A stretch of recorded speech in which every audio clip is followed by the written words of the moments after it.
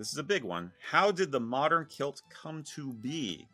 After learning the ancient Highlanders put on a great kilt, I started to wonder where the buckles and the straps came from that we have on today's modern kilts, and why are the pleats sewn down the way they are? When did these styles separate and become independent things? You know more about history stuff, so let me take a stab at it from an educated guess, if I had to guess, and then you confirm or deny based on what you know. Okay. What little I know. Go for it. You know more about history stuff than I do. Go for it. The kilt started out as the Great Kilt, the Feileadh Mòr, which was the tall piece of cloth, 4 or 5 yards of cloth. They would hand pleat, wrap around them, top and bottom half. From there, it kind of evolved, potentially with an Englishman. Whole other video, check that out, on whether an Englishman invented the half kilt or it was a Scottish guy, whatever. Either way, it's still basically wrapped, hand pleated, and it was just the lower portion, basically from the waist down. Half of the fabric, basically. Correct. And from there, it just continued to evolve. So from there, it kind of went to a pleated garment that was sewn in, so you didn't have to hand pleat it. And then from there, you had to figure out a way to close it. So instead of just wrapping it around like a bath towel and holding it on with a belt, it evolved into like ties, like ribbons that you would tie it on the one side. And then from there, those are kind of, I don't want to say chintzy, but they could rip and tear off over time. So from there, it kind of became, okay, let's put some leather straps on it. And it just became more and more tailored.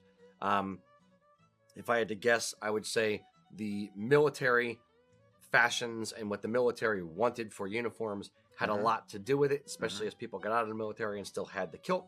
And the civilian market tends to kind of emulate the military look.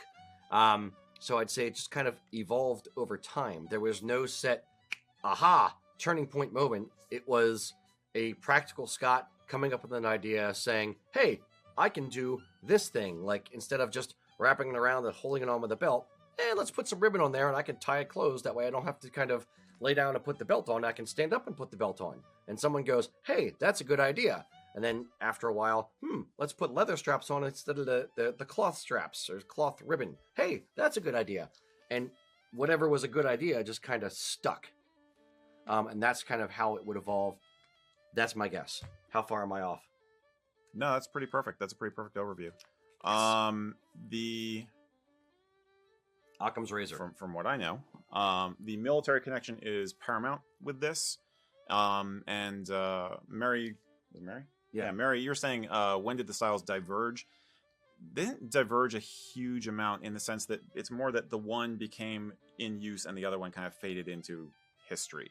I don't think you have a huge number of people in the late 18th through the Victorian age wearing the Great Kilt, except maybe as a romantic costume kind of a thing, especially by the Victorian time when everything's getting romanticized.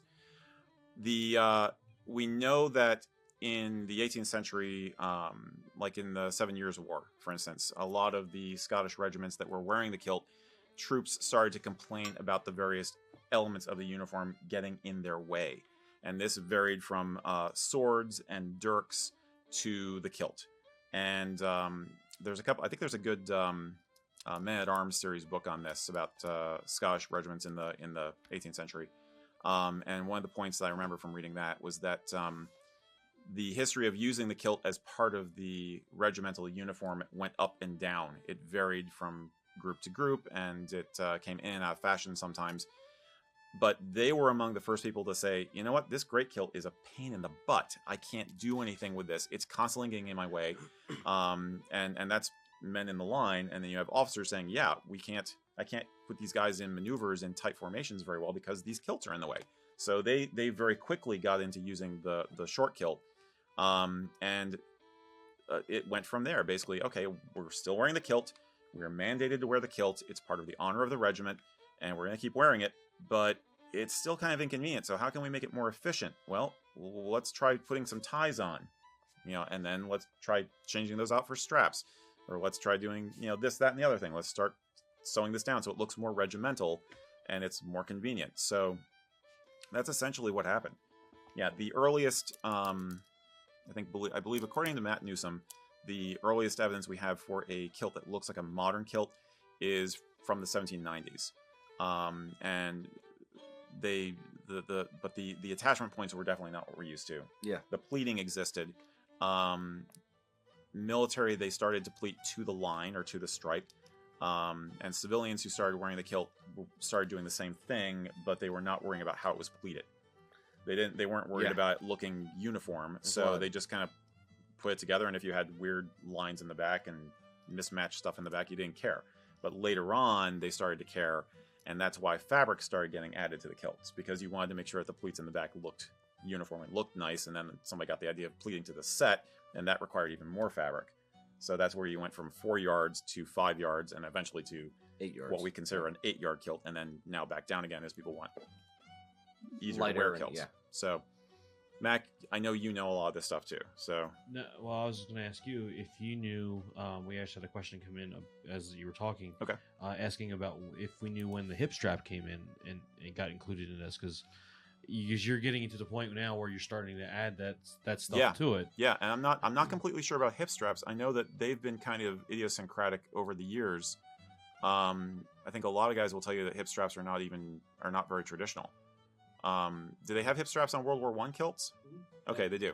You don't always see them on Victorian kilts. A mixture of stuff, but yeah, you do see them occasionally. Yeah, the hip strap, the lower strap on the right hand side. Some people will say kilts should not have a hip strap. It should only be the top 2 waist straps. Other people like the third strap, or it's kind of expected. The vast majority of kilt companies just automatically include it. The argument against is it makes the apron pull weird if the hips aren't done properly, or it's not made to the proper measurements, and it shouldn't be necessary. If the kilt is done properly, it shouldn't be necessary at all.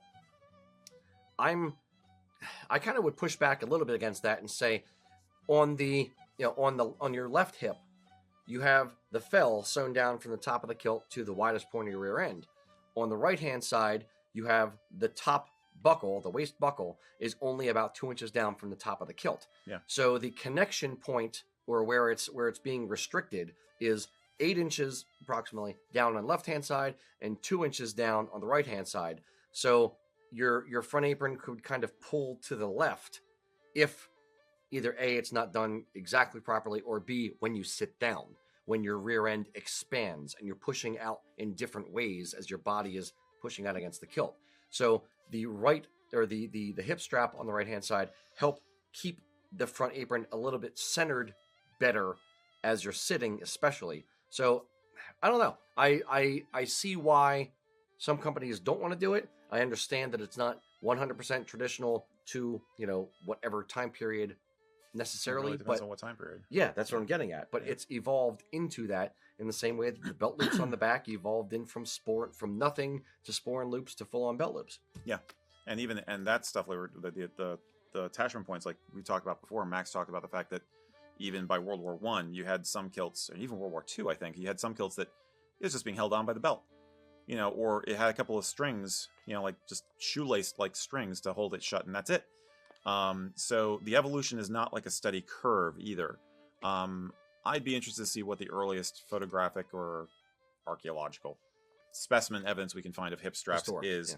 Yeah. I wonder if they became more popular for the same reason that guys, especially in the World War I era, were using the blanket pins higher up on the leg, that it maybe to help keep things secured as another attachment point. That maybe somebody, we could just put a strap there, something Fair like point. That. But it's but the basic answer is that it is definitely 18th century, late 18th century, and very heavily influenced by the military's needs for practicality. So, yeah, practical and evolves over time. It's funny because it goes from being very practical considerations. Then now the kilt is a luxury item and a specialty garment and national and all that kind of thing. But and more practical than it used to be. Yeah.